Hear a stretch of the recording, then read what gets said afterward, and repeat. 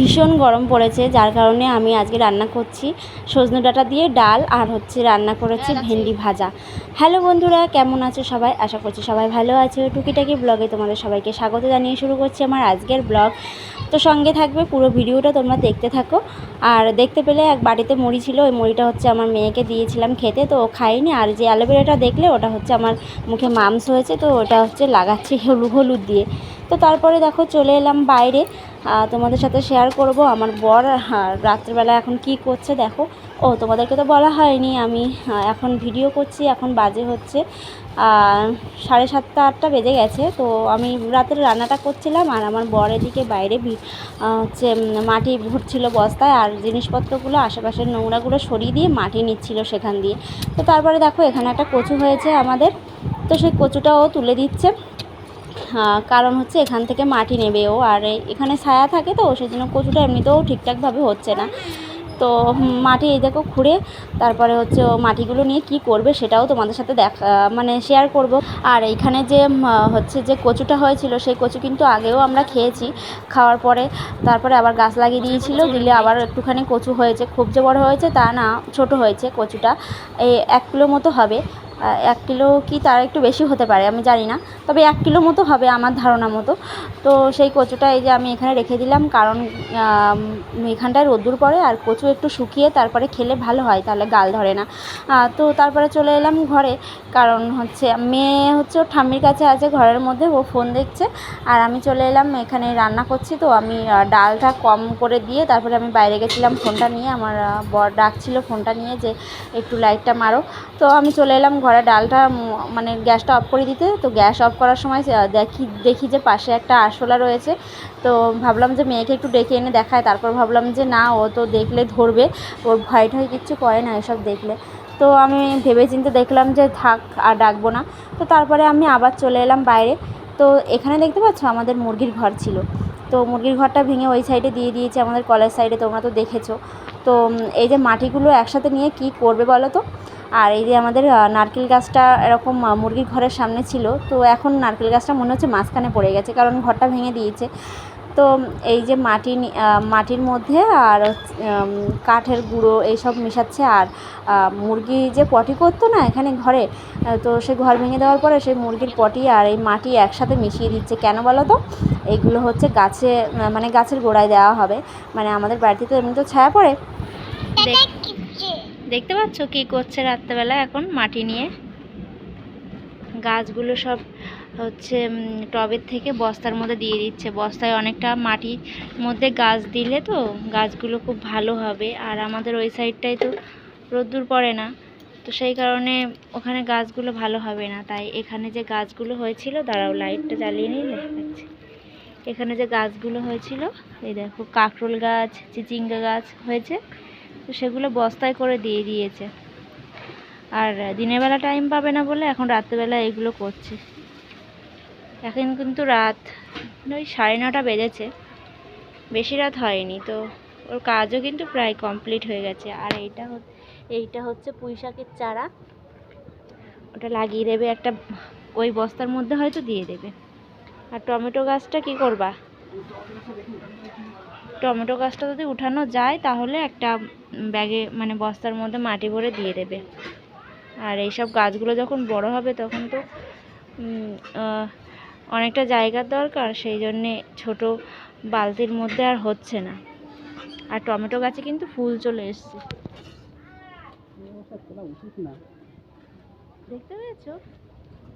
দেখতে পেয়েছো তো? টমেটো গাছে ফুল চলে এসছে। আর আমাদের এই সাইডে কিন্তু রোদ্দুর পড়ে। আর আমাদের বাড়ির পাশে ওদের গাছগুলো দেখো কত সুন্দর হয়েছে, কারণ রোদ্দুর পায় ভালো। আমাদের বাড়ির সামনে জায়গা থাকতেও আমরা কিছু লাগাতে পারি না গাছ। কি ছিঁড়ে না যায় দেখো আবার গাছটা। হ্যাঁ,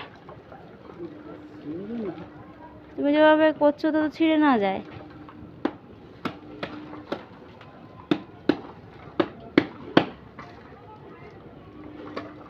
তো আমার বর মনে করে যে বাড়িতে এসে বসে থাকার থেকে টুকটাক করে কিছু না কিছু করা ভালো। আর বসে থাকলে শরীর খারাপ লাগে ওর বেশি, সেই জন্যে ও ঠিক করে নিয়েছে বাড়িতে অত বসে থাকবে না, যদি বাড়িতে থাকেও তো সারাদিন কিছু না কিছু করে। যবে থেকে ওর গ্যাসের প্রবলেমটা হয়েছে তবে থেকে ও এই কাজগুলো করে আর ভালো থাকে শরীর। আসলেই কাজ করলে শরীর ভালো থাকে। আছে শিকড় কেটে যায়নি তো? দাও বসিয়ে দাও। বৃষ্টি বৃষ্টি আসবে বলে তো মনে হয় না। আজ যদি একটু বৃষ্টি হতো তো ভালো হতো, বলো? হ্যাঁ, তো বসিয়ে দাও গাছটা। এই দেখো গাছ বসিয়ে দিচ্ছে এবার। ও মাম্মা, পাপার সাথে একটু কাজ করে দাও না, হেল্প হয়ে যাবে পাপার। তুমি এত বড় হয়েছো, কোলে নে। এইবার বলছে কোলে নে। না না, পাপার ওখানে গেলে মাটির মধ্যে জানো কত জুজু আছে মাটির মধ্যে। এখন রাতেবেলা তো লেগে যাবে তোমার হাতে পায়ে জুজু। এখন তো তুমি স্নান করতে পারবা না, তাই না?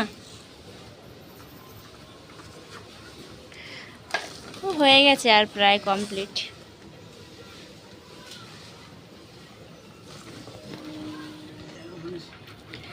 মাম্মামের জন্য একটা স্ট্রবেরি গাছ নিয়ে আসবা কিন্তু। হ্যাঁ, কবে আনবে স্ট্রবেরি গাছ? হ্যাঁ, বৃষ্টির দরকার হবে না, তুমি এমনি নিয়ে এসো একটা স্ট্রবেরি গাছ। ফোনে দেখেছে খরগোশে স্ট্রবেরি খাচ্ছে, একটা ওই গাছ লাগবে। হ্যাঁ, আর আলু গাছটা দেখো, আমাদের কলের ধারে কিন্তু একটা মিষ্টি আলু গাছ হয়েছে। আদৌ যে আলু হয়েছে কিনা তার কোনো ঠিক নেই। গাছটা খুব বাহার হয়েছে। কি করছিস বাবা?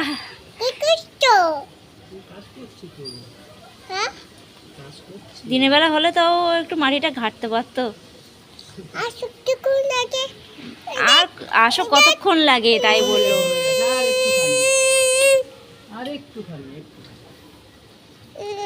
ওই মপটা নষ্ট হয়ে গেছে তো, ওটা খুলে দাও না। ওই মপটা নষ্ট হয়ে গেছে, আর এটা হচ্ছে আমাদের ঘর মোছার জন্য মপ। আর এখানে দেখেছো কি অবস্থা হয়ে গেছে।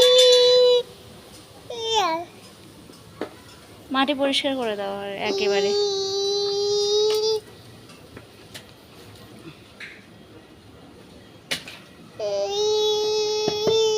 না, এবার স্নান টান করে আসো, হয়ে গেছে তো কাজ নাকি।